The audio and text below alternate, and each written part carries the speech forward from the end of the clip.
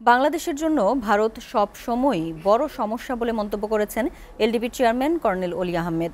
রাষ্ট্র সংস্কার, রাজনৈতিক প্রভাব মুক্ত সশস্ত্র বাহিনী শীর্ষক সেমিনারে প্রধান অতিথির বক্তব্যে তিনি বলেন, ভারতের বিষয়ে দেশের জনগণকে সব সময় সতর্ক থাকতে হবে। পদোন্নতি ও প্রশিক্ষণের জন্য সশস্ত্র বাহিনীর কোনো কর্মকর্তাকে ভারতের কাছে ধর্ণা না দেওয়ার পরামর্শ দেন কর্নেল অলি। আর দলীয় রাজনীতির প্রভাবমুক্ত সশস্ত্র বাহিনী গড়তে সশস্ত্র বাহিনী সংস্কার কমিশন গঠনের পরামর্শ দেন মাহমুদুর রহমান। রাষ্ট্র সংস্কারের বেশ কিছু প্রস্তাবনাও তুলে ধরেন তিনি। বিস্তারিত দেখুন সোহান খানের প্রতিবেদনে। বাংলাদেশকে অস্থিতিশীল করতে পতিত আওয়ামী ফ্যাসিবাদ এবং ভারতীয় আধিপত্যবাদ একসাথে সামরিক বাহিনীর সাথে জনগণের দূরত্ব বাড়িয়ে দিতে রাজনীতিতে সেনা হস্তক্ষেপ নিয়ে নানা বিতর্ক সৃষ্টি করে আসছে। রাজধানীর মহাখালী রাওয়া কনভেনশন হলে রাষ্ট্র সংস্কার ও রাজনীতি প্রভাবমুক্ত সশস্ত্র বাহিনী শীর্ষক সেমিনারের আয়োজন করা হয়।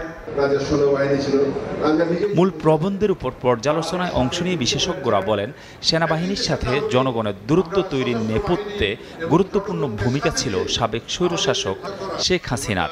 লাস্ট 50+ ইয়ার্স আমরা যেটা চর্চা করেছি, পলিটিক্যাল কন্ট্রোল হিসাবে ইউজ করতে গিয়ে এটার যে প্রফেশনাল স্ট্যান্ডার্ড সেটা একদম নিচে নামায় নেওয়া হয়েছে। আমাদের মূল লক্ষ্য থাকা উচিত সংস্কারের মাধ্যমে কিভাবে সশস্ত্র বাহিনীকে আরও দক্ষ, কার্যোপযোগী করা যায়, যেখানে সকলের জন্য সুশাসন নিশ্চিত থাকবে। অনুষ্ঠানে স্বাগত বক্তব্যে রাওয়া চেয়ারম্যান বলেন, দেশে বিদেশে ষড়যন্ত্রের টার্গেট সশস্ত্র বাহিনী ও ইসলামী মূল্যবোধ। যে ষড়যন্ত্রের সাথে জড়িত এ দেশীয় আওয়ামী দালালরা। পার্বত্য চট্টগ্রামকে ইন্ডিয়ার আগ্রাসন থেকে রক্ষা করছে আমাদের এই সামরিক বাহিনী। এখনো তারা সেই ষড়যন্ত্র চালিয়ে যাচ্ছে।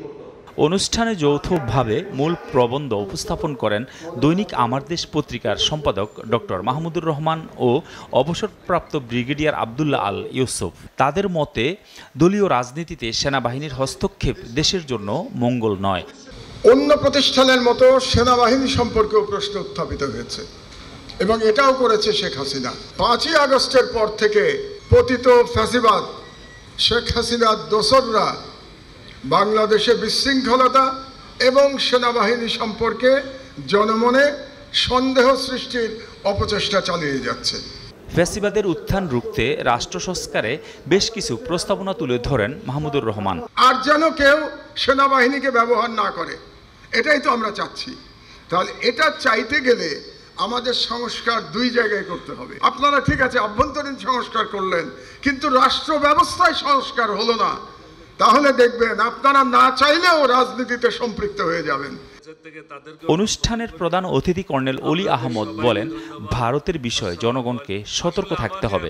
প্রশিক্ষণের জন্য সশস্ত্র বাহিনীর কোনো সদস্য যেন ভারতে পাঠানো না হয়, এটার জন্য সেনা প্রধানকে বা অন্যান্য প্রধানদেরকে অনুরোধ করব।